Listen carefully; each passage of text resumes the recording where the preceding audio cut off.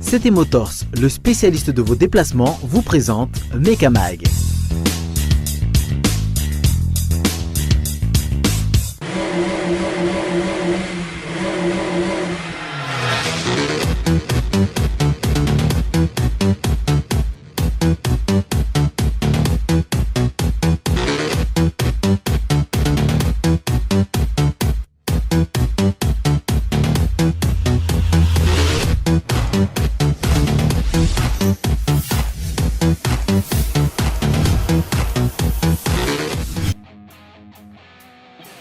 Faltafiaraka aminao indray izahay ato anatin'ny fandarana Mecamag.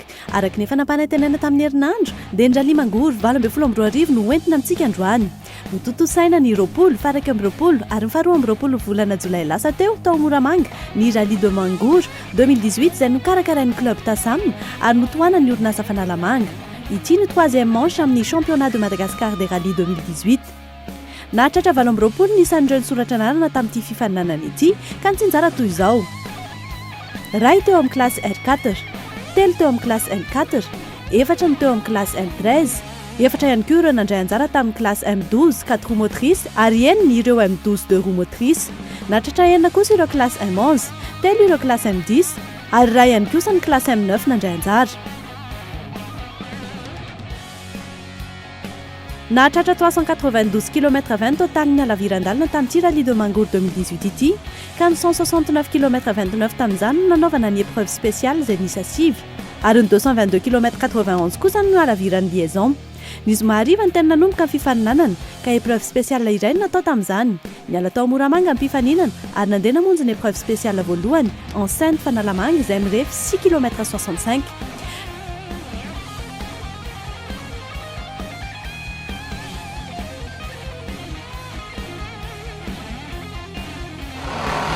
Ny andro voalohany dia ny équipage Frédéric Até nanamoro Subaru Impreza nanao temps de référence 5 minutes 24 secondes 7 centièmes.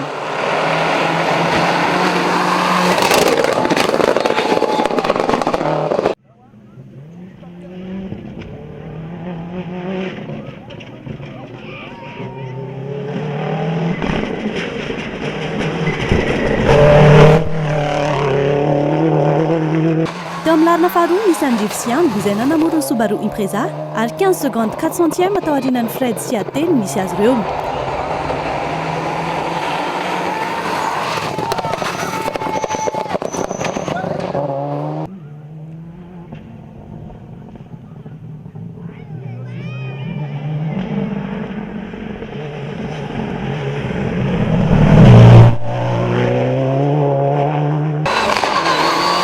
Mitsubishi Evo 9 no teo amin'ny larana fahatelo izay noentiny Iva sy Nitro.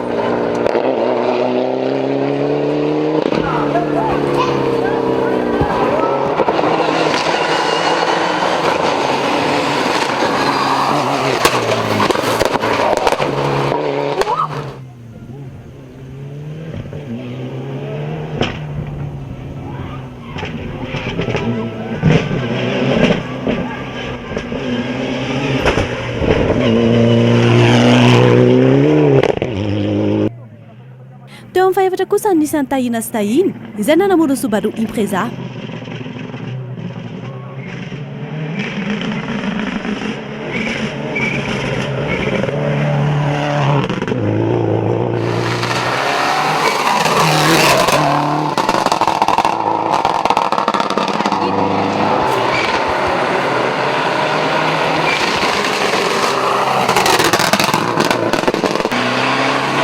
Teddy Sierman kosa teo amin'ny larana fahadimy izay nitondra ny Ford Ranger.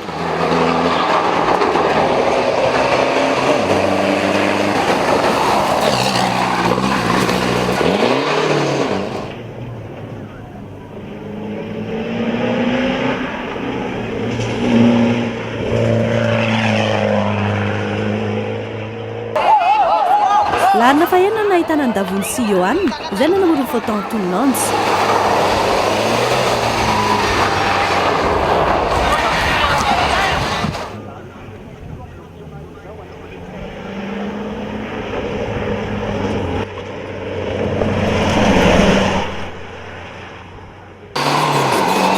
Freddy Stuni izay nanamoro ny Isuzu Dimar samy teo amin'ny larana fahafito.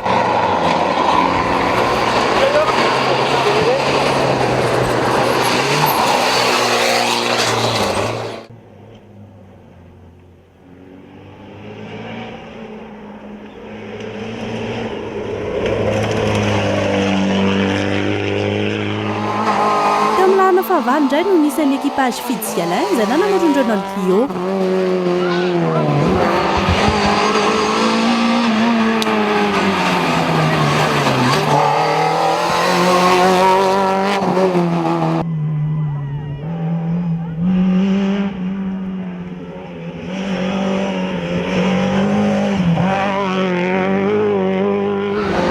Irina Sierz izay nanamorondreo ny Megan ny teo amin'ny lanina fahasivy.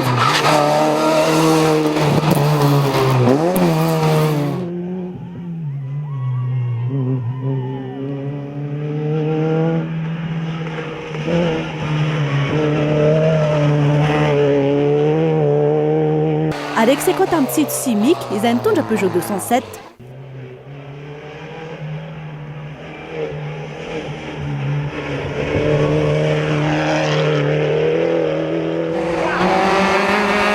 Teo amin'ny larina faraka ambin'ny folo no nahitana ny Irina Sijeri nitondra Peugeot 206.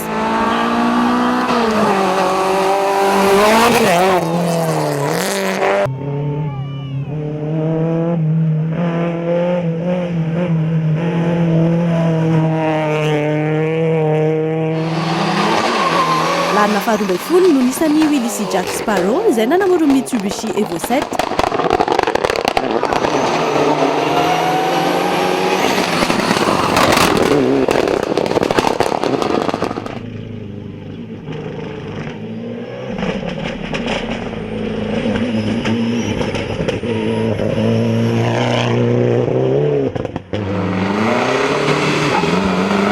De Sangyang Action Sport no teo amin'ny larina fahatelo ambin'ny folo izay noentiny Danielson Yadza sy Elvis.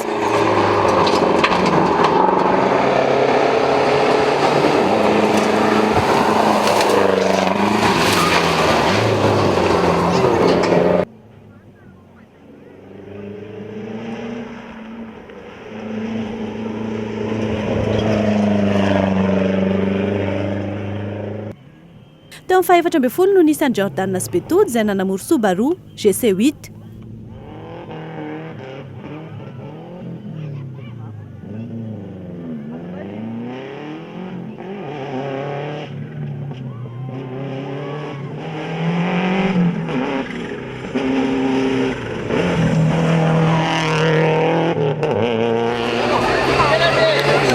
Janja Bob Spat Block kosa no teo amin'ny larina fahadimy ambin'ny folo izay nitondra Golf.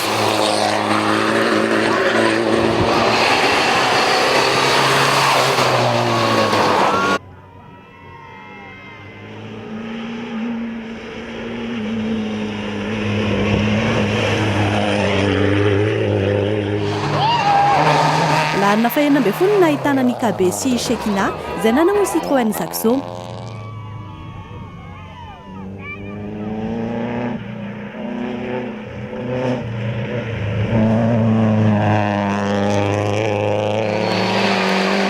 Fidy Anjevas Borman izay nanamoro Peugeot 504 kosa ny teo amin'ny larina fahafito ambin'ny folo.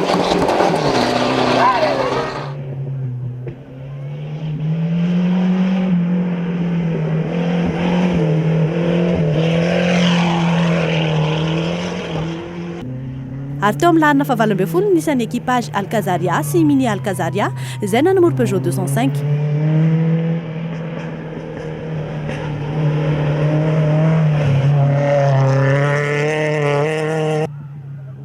Babenna sy Mathieu izay nanamoro Peugeot 205 ny teo amin'ny larina fahasivy ambin'ny folo.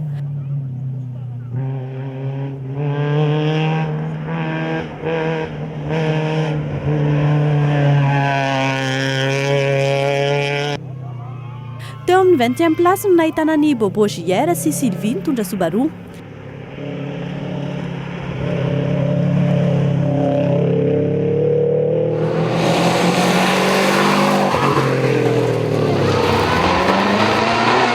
Larina faraka amby roapolo nisan'ny Pomme Nadane sy Le Fudge na Yas izay nanamoro Peugeot 207 Pirelli Yaco Cool TVFM.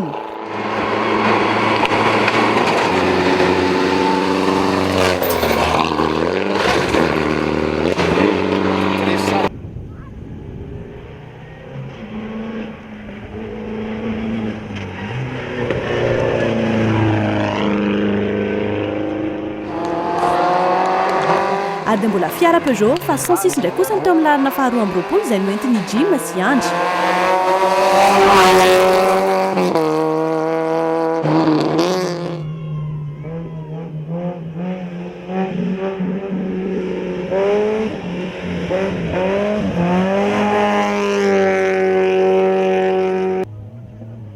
Teo amin'ny lalana fahatelo amby roapolo nisan'ny Andry C sy Rids izay nanamoro Peugeot 205.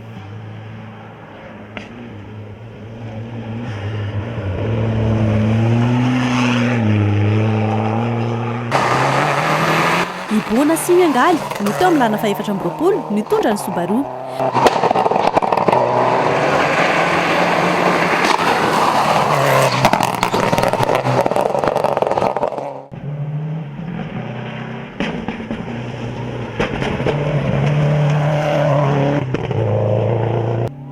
Lana fadimy amby roapolo nahitana Nicolona sy Mylène izay nanamoro Citroën Saxo.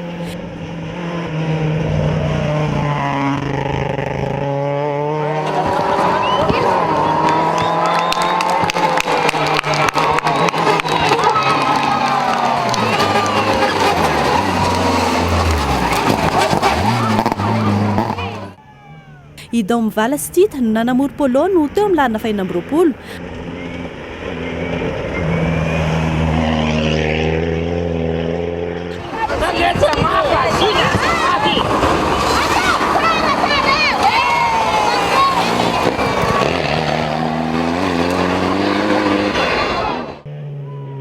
Ary teo amin'ny lalana fahafito amby roapolo nisy ny équipage Patis Jenny izay nanamoro Citroën Visa.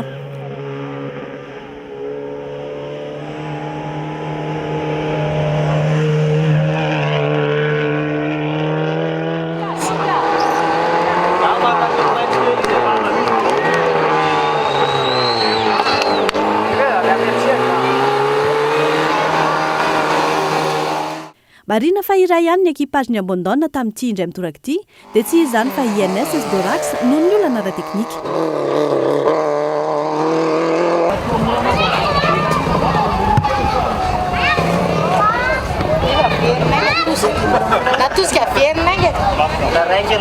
Nisy ny olana kely tamin'ny première journée tamin'ity rallye du Mangouro ity, inona ny tena mety fiantraikan'izay?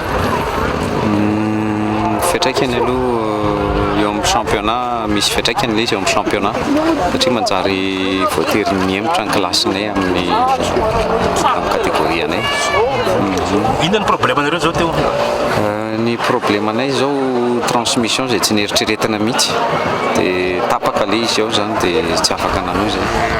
Ahoana amboarina ty androany ty dia anao ny course rapide sa 8 heures ihany miankina amin'ny fisehon'ny fahavoazana hoe afaka manohy sa tsy afaka.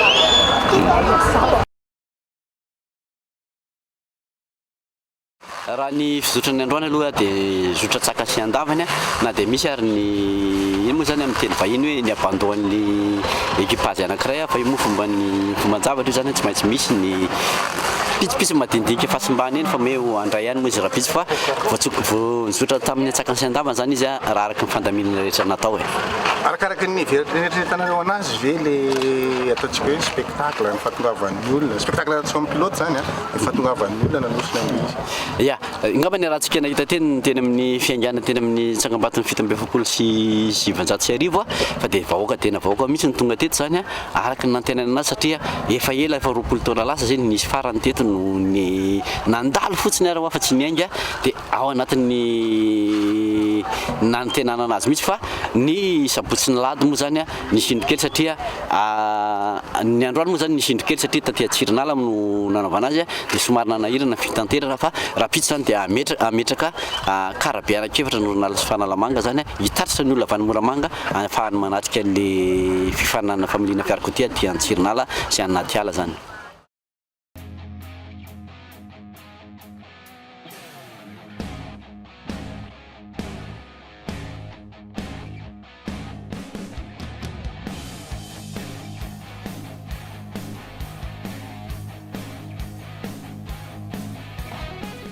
Raha izay ary ny andro voalohany tamin'ity Rallye de Mangouro 2018 ity, toy izao kosa ny ambanivangony tamin'ny deuxième journée.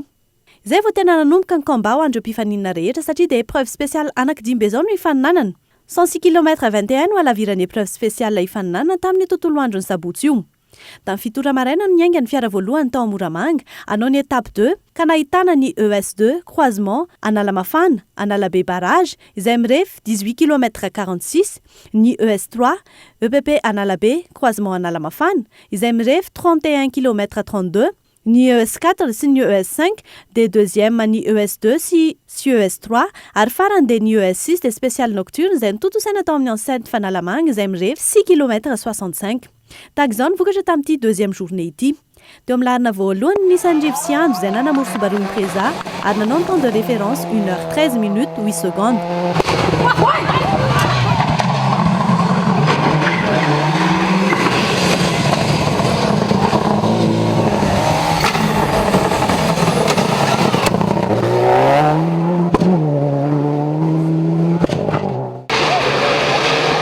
Ady mbola Subaru Impreza ihany koa no tao amin'ny larina faharoa izay noentiny tahina sy tahiny.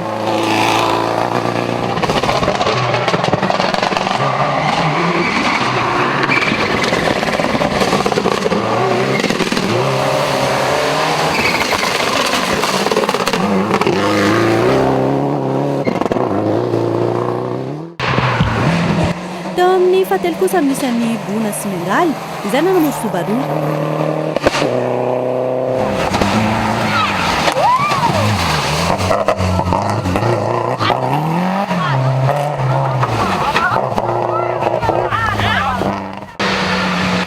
Simika kosa ny teo amin'ny larina fahaefatra izay nitondra Peugeot 207.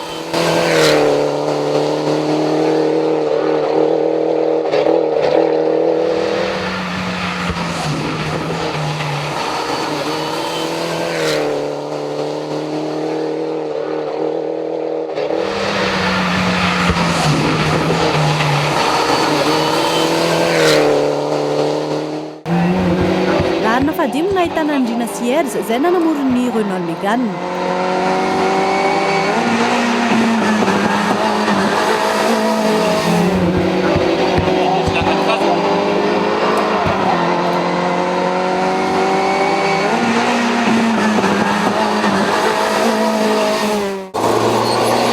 Redis Gini izay nanamoro Isuzu D-Max ny teo amin'ny larina fahaenina.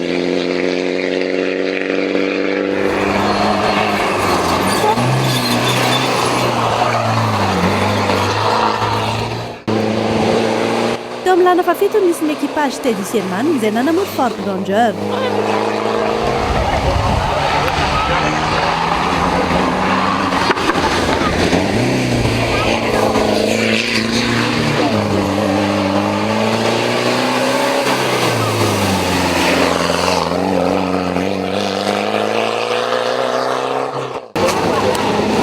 Davy CEO any izay nanamoro Photon Toulon ny teo amin'ny larina fahavalo.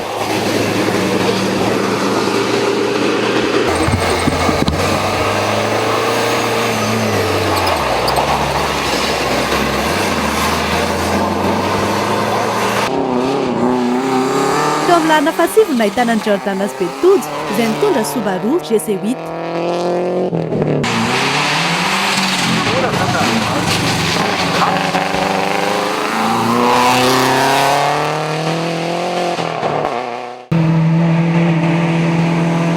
Teo amin'ny larina fahafolo misy an'ny Rina sy Alcazar kely izay nanamoro Peugeot 206.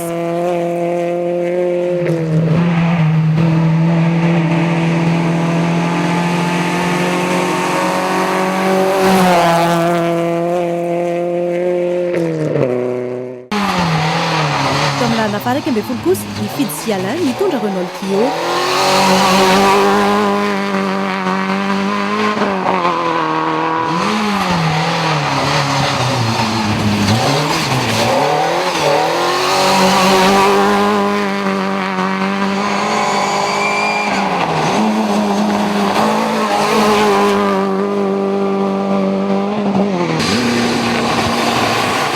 Faharoambinifolo no nahitana ny Anjabob sy Padpilot mitondra ny Golf.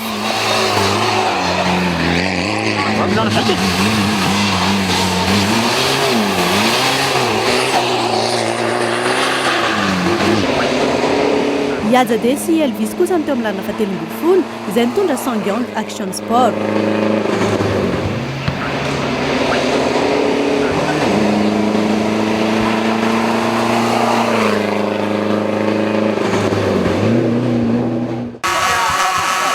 Laharana faefatra amby folo indray no nahitana ny Bobo JR Sylvie izay nanamolo Subaru.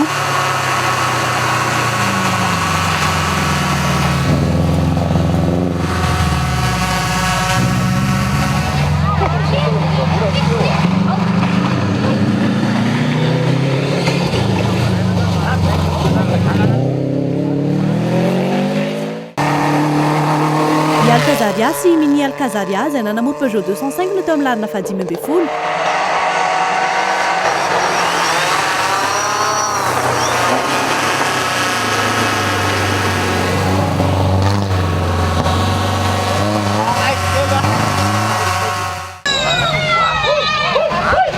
Teo amin'ny lalana fahaenina amby folo nisy ny équipage KB sy Shekina izay nanamolo Citroën Saxo.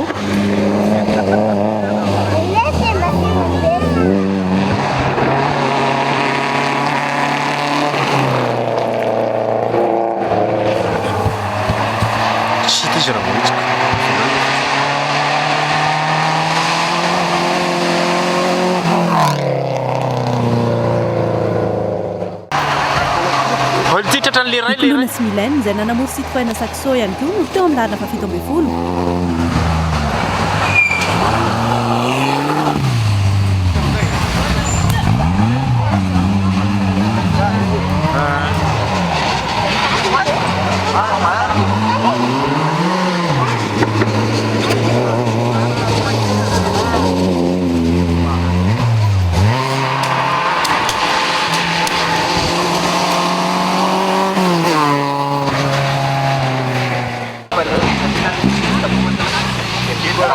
Teo amin'ny 18e place no nahitana ny Willys Jack Sparrow mitondra ny Mitsubishi Evo 7.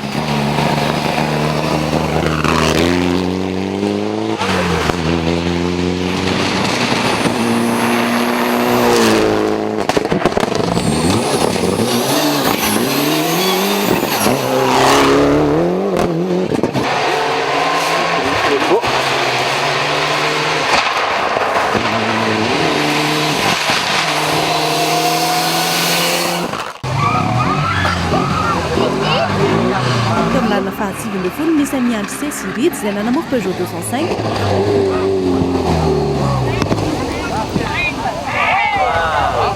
Nafinaritra aloha izy le lalana moa efa iarahantsika malala fa tsara be iny somary nalamalama be le izy dia tena lasa ohatran'ny somary ny géré zay amin'le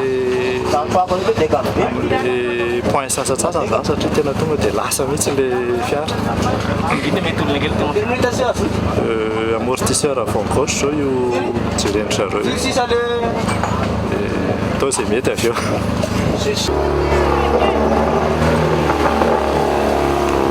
Fiara Citroën avizany teo amin'ny lalana faharoapolo izay noentiny Patisy Jenny.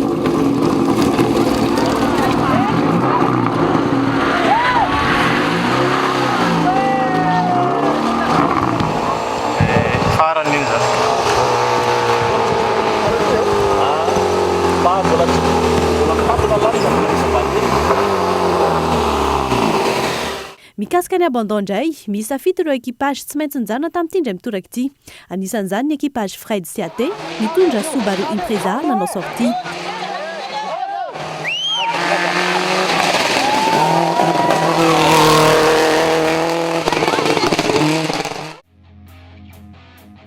Teo ihany koa Iva sy Nitro nitondra Mitsubishi Evo 9 ary nanao sortie ihany koa.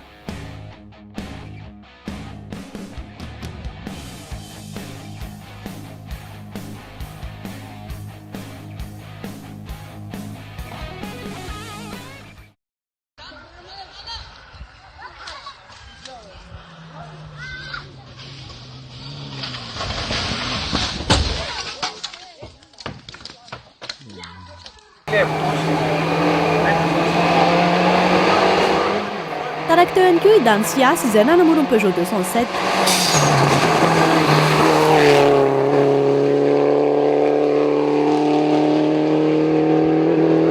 Problème gestion moteur tsy manino zany revetsika amin'ilay fa par contre aloha tena hafa mihitsy tena aloha tenenina mihitsy hoe hafa mihitsy amin'ity rally ity l'organisation ny Fanalamanga ray club Tazama ray tena tsara tena tsara tena nety be fa malheureusement anay misy problème zay dia tsy afaka résultat amin'ilay fa ohatra ka resaka lalana resaka organisation tena topy tena misaotra betsaka ho an'ny falalamanga ray ho an'ny club tazama faharoa dia fahatelo ho an'ny fédération fa tena tsara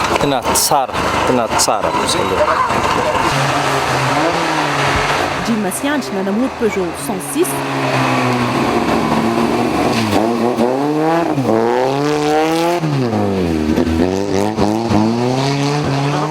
makaty amin'ny rally ahoana sasao avy any amin'ny rôna makaty amin'ny rally zany le zao zany tonga dia tsisy ifandraisany mihitsy le sensation fa taranja roa samihafa mihitsy fa samy mahafinaritra daholo dia samy olo alovana foana ny zay ny hoe zahana amin'le mahafinaritra be le rally zavatra mihitsy sady piste mahafinaritra be ahoana ny fahitanao concurrence ny fiara tamin'ny tiandrony ny concurrent aloha zany raha ny misy anay moa zany tsy misy adversaire direct zay fa ny andro zalao ambonimbony eo tena mbola mifanakaiky be daholo amin'ny taona ny T2 ny patron motrice tena mbola miady farapitsy fo tena mahita an'izay tena marina Caspe. Ok, merci. Babaina sy Mathieu nifanina tamin'ny Peugeot 205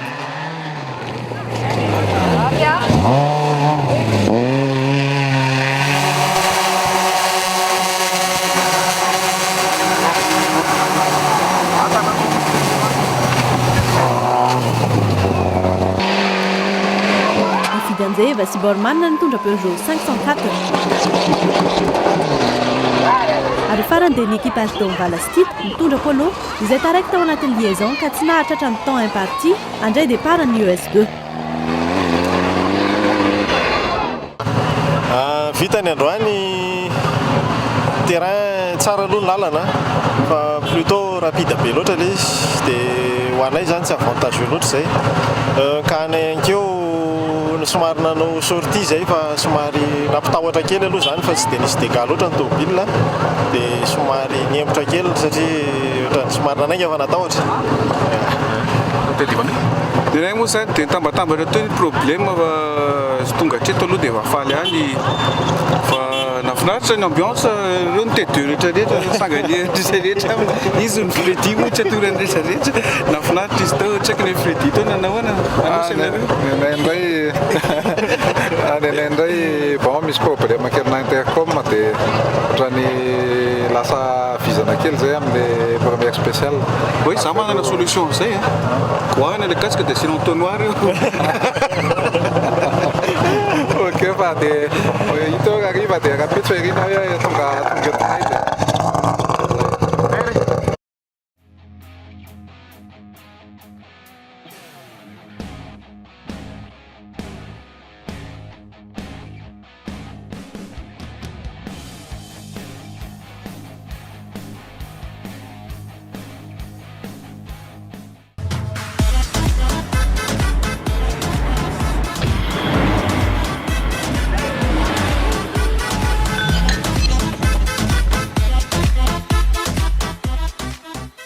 Saturé par les embouteillages, à la recherche des moyens de transport à moindre coût, la solution c'est la Bajaj CT 100B.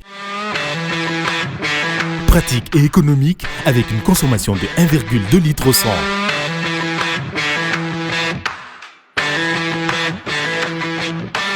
Efficace pour vos déplacements rapides. Garantie pour les pièces de rechange d'origine. La CT 100B, la solution pour votre transport. Disponible chez CT Motors Anjar, téléphone 23 320 52.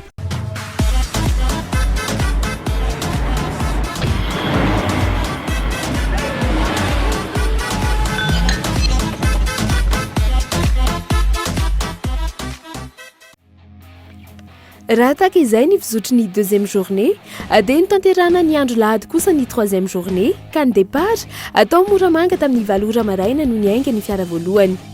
Épreuve spéciale la miisa telo no tanterana ho an'ny section 5 sy section 6 ka sens inverse teo amin'ny spécial croisement Analamafana, Analabe barrage sy EPP Analabe croisement Analamafana no nana samy hafa ity étape ity. Izany hoe mirefy 56,43 km ny alaveran'ny épreuve spéciale ny faninanana. Tahaka izao vokatra tamin'ity andro farany ity. Teo amin'ny larina voalohany dia mbola irivo sy andro izay nanamorona Imprezia no nitarika ary nanao cumul de temps 1h47 minutes 27 secondes.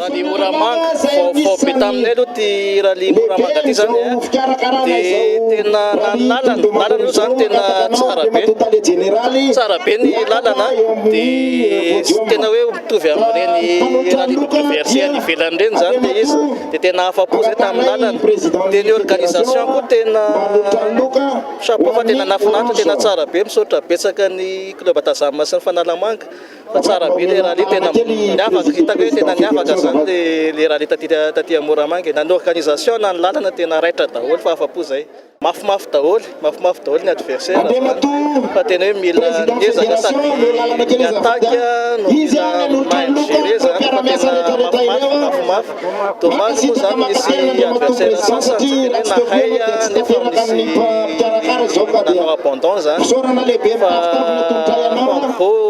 mafy daholo tena mafy fa mila hoe tena niezaka zany zay vao tody amin'izao tena mafy daholo ny adversaire.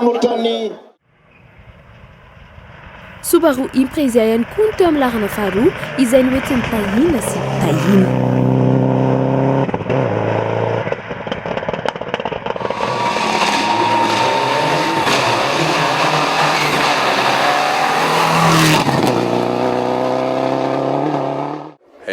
Combat baby kosa aloha le 3 jours tsara le place nisy anay kosa aloha hoe deuxième tsy afaka miteny ratsy ary andro maraina zay tena namely tena hoe ny attaque satria maly nana problème na sur richesse dia tsy afaka ny ohatran'ny 160 mihitsy le tobelina fa androany izy mba niakatrakatra kely dia tonga 180 teo fanaizana zany tena namely le rivo ary arabaina za eto dia manipika manokana ny Fred sy Bona zay tena mahay koa napalahelo izy any janona fa mérité toerana tsara be koa izy fa zay ny rally moa misy ny mivoaka misy ny panne mécanique fa betsaka le jeune ary arabaina manokana mihitsy ny jeune hoe relève be ho an'ny rally gasy tsy teneny tsy mbola nisy rally ohatry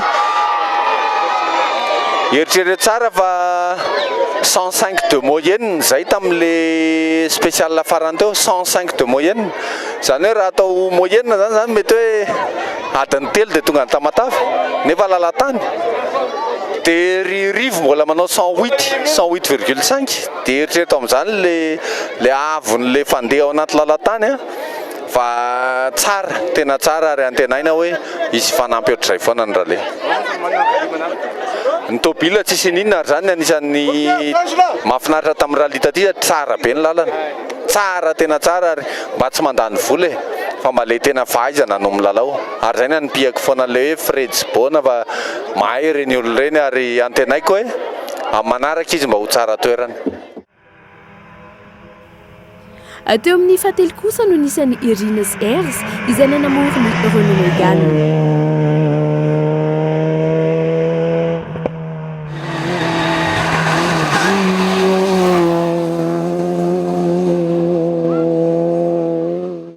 Aloha dia nafinaritra satria tsy nisy problème mécanique zay sosa tsara ny tomobile tsy nisy olana mihitsy lalana raha teo moa dia tena tsara fa dia tena tsisy resana fa tena nafinaritra tsy nisofrira mihitsy le tomobile dia nety tsara mpifaninana rehetrarehetra aloha dia enjakenjana daholo satria le spécial rapide be daholo dia samy nanao zay tena pilotage pur mihitsy ny tao anatin'le dia nety zany le nenay aloha zany nety nefa hita daholo koa hoe tena voatra be le pilote rehetrarehetra tao anatin'le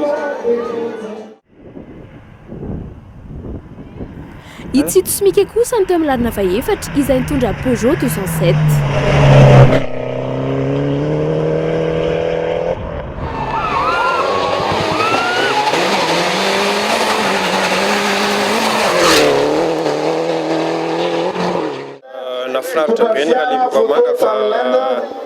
ny organisation tsara lalana le tsara tamin'ny fiarako ny lalana satria tsy dia tena misy hoe namboarina be tsisy hoe casse mécanique fa nandeha dia nandeha tsara dia zao premier amin'ny classement anay zao zay fa nafinaritra dia misaotra betsabetsaka ny karakara sy ny rehetrarehetra. Ny avantage anay moa zany dia ligne droite eny amin'ny ligne droite zay zany vao manitsaka fa le lalana moa tsara daholo tsisy hoe mauvais ratsy zany fa tsara daholo zany dia samy manana avantage ny ao daholo zany tsika rehetrarehetra zay rehetrarehetra moa zany fa ny tomobile anay nandeha tsara dia olona tsara zay. Larina fahadimy no nahitana ny Fredisky izay nanamory ny Isuzu D-Max.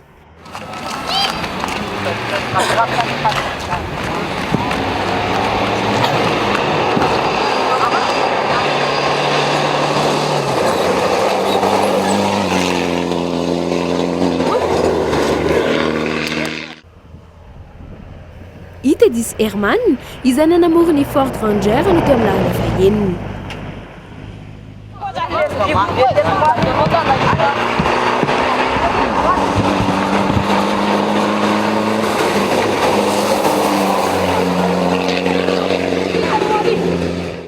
Ny ambiance indray aloha tena ambiance aty jereo reto olona be da be faly reto rara betsaka hoe an-tanà mahita olona tia sport mankafy ohatr' zao zany dia tena faly zay nahita an'izao. Ny lalana rehetrarehetra indray koa niova amin'ny mahazatra tena nahafinaritra ny natao fanalamanga nanao an'ilay izy fa tena spécial tsy fahita andavanandro tena mandeha be mahita vitesse de pointe tena avo be sasa mahita 210 nafinaritra tena nandeha mafy ny ralita amin'ity. Ny teo amin'ny larina fafito no nahitana ny ekipany Davons Johan izay nanamory ny Photon Tonland.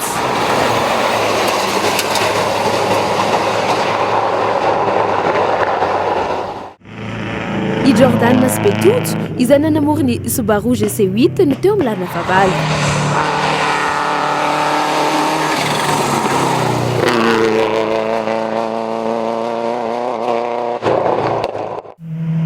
Teo amin'ny larina fahasivy no nahitana ny Rina sy Alcazar kely nitondra Peugeot 206.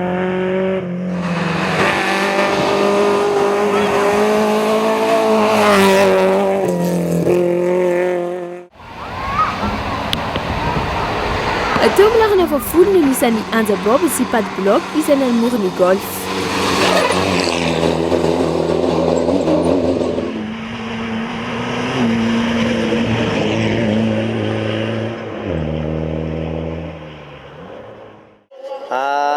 Nafinaritra aloha ny combat atao zany ny lalana moa tsara dia samy attaque daholo fa fiaranay moa fohifohy le boîte dia tsy afaka namely zany fa niezaka mafy fa nafinaritra ka tsara be. Lalana tena tsara tsy nanimba inona ny tomobilinay manokana aloha zao tsy dia nisy ny kitihana zany mihitsy fa juste zany hoe vérification assurance isaky ny tonga sy ohatr'izany fa tsisy naninona mihitsy hatreto. Fahitana amin'ny piste tsara ka tena ohatran'ny hoe mandeha goudron angamba raha zay ny azo ilazana azy mbola tsisy rally tsara lalana noho ity kosa aloha zany hatramin'izay ny organisation rehetra mahafinaritra daholo ny ety tsara. Teo amin'ny larina faha 12 kosa i Ajade sy Elvis nitondra ny Songyong Action Sport.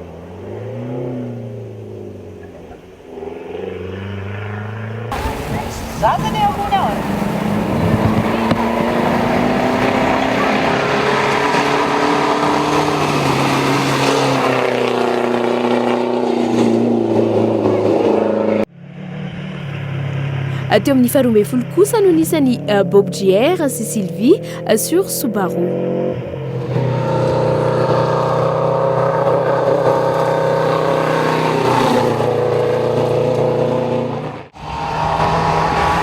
Ikolona sy Mylène kosa teo amin'ny larina faha 13 izay nitondra ny Citroën Saxo.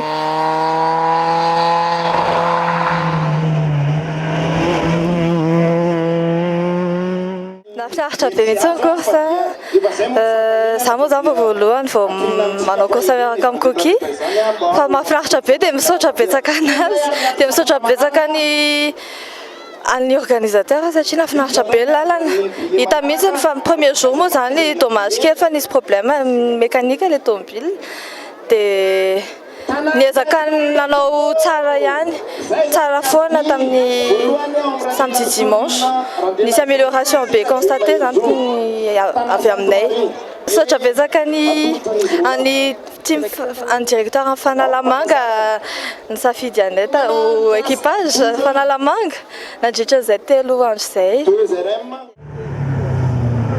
Laharana fa 4 no nahitana ny Alcazaria siminy Alcazaria izay nanamoriny Peugeot 205.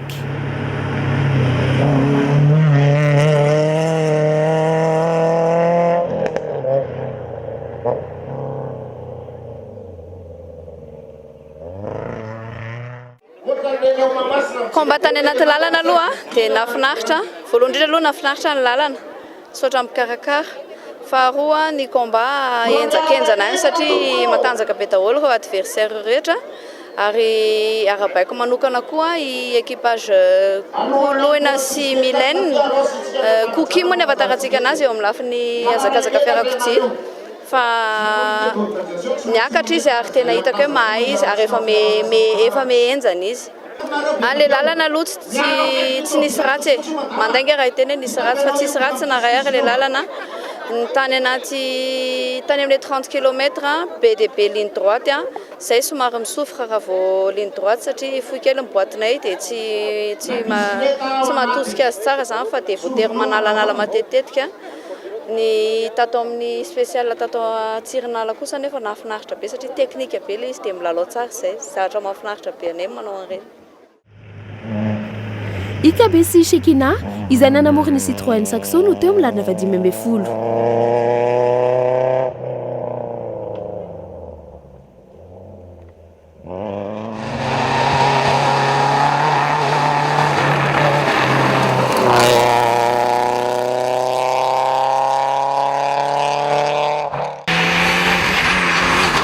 Ateo amin'ny lalana 9 nisy ny ekipan'ny Ulissi Jack Sparrow izay nanamoriny Mitsubishi Evo 7.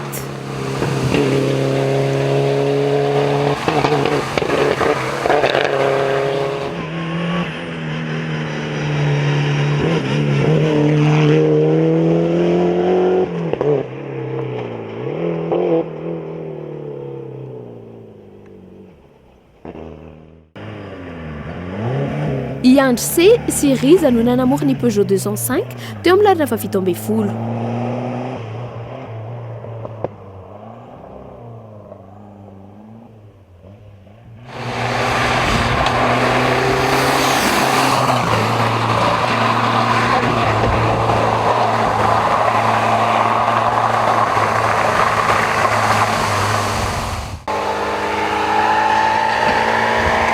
Ary farany dia Patisy Jenny izay nanamoriny Citroën Visa no teo amin'ny lalana 9.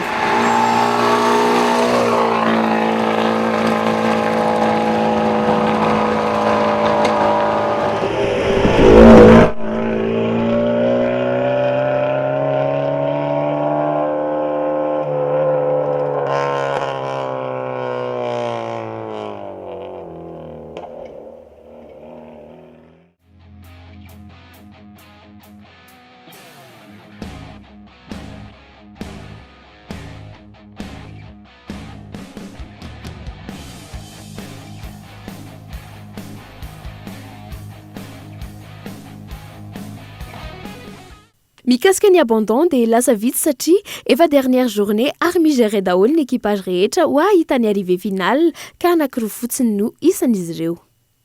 Anisan'izany ny équipage ny Fidy sy Alain nitondra ny Renault Clio ary Ibona sy Miangaly nitondra ny Subaru.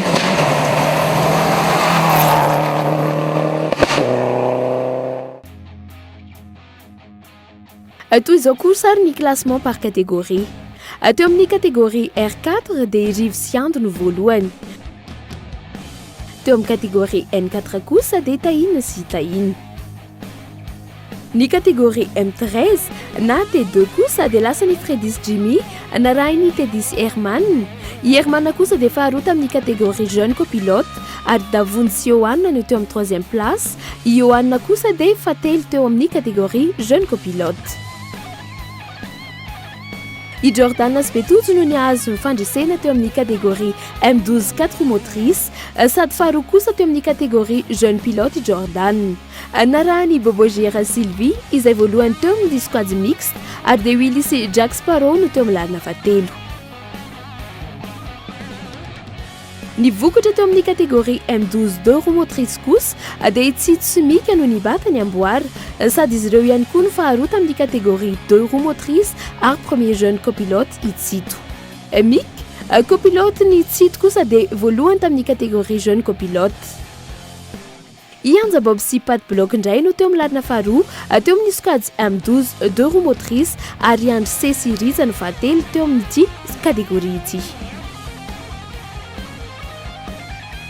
Teo amin'ny catégorie M11 no nahitana ny Irina Sierz izay voalohany kosa teo amin'ny catégorie 2 roues motrices ary narahiny Irina sy Alcazarakely. I Alcazaria sy Mini Alcazaria no teo amin'ny lalina fahatelo tamin'ity catégorie M11 ity deuxième féminin ihany koa izy ireo. Kolona sy Milena no nandresy teo amin'ny catégorie M10 sady voalohany teo amin'ny catégorie féminin. KB sy Shekina kosa no teo amin'ny lalina faharoa ary faharoa kosa teo amin'ny catégorie mixte narahiny Patis Jenny izay 3e teo amin'ny catégorie féminin.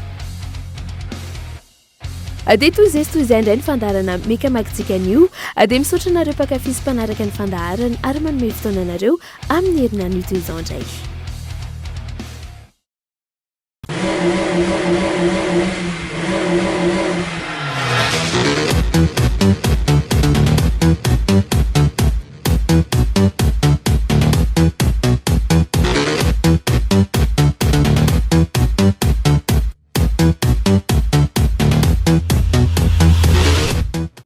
City Motors, le spécialiste de vos déplacements, vous a présenté Mekamag.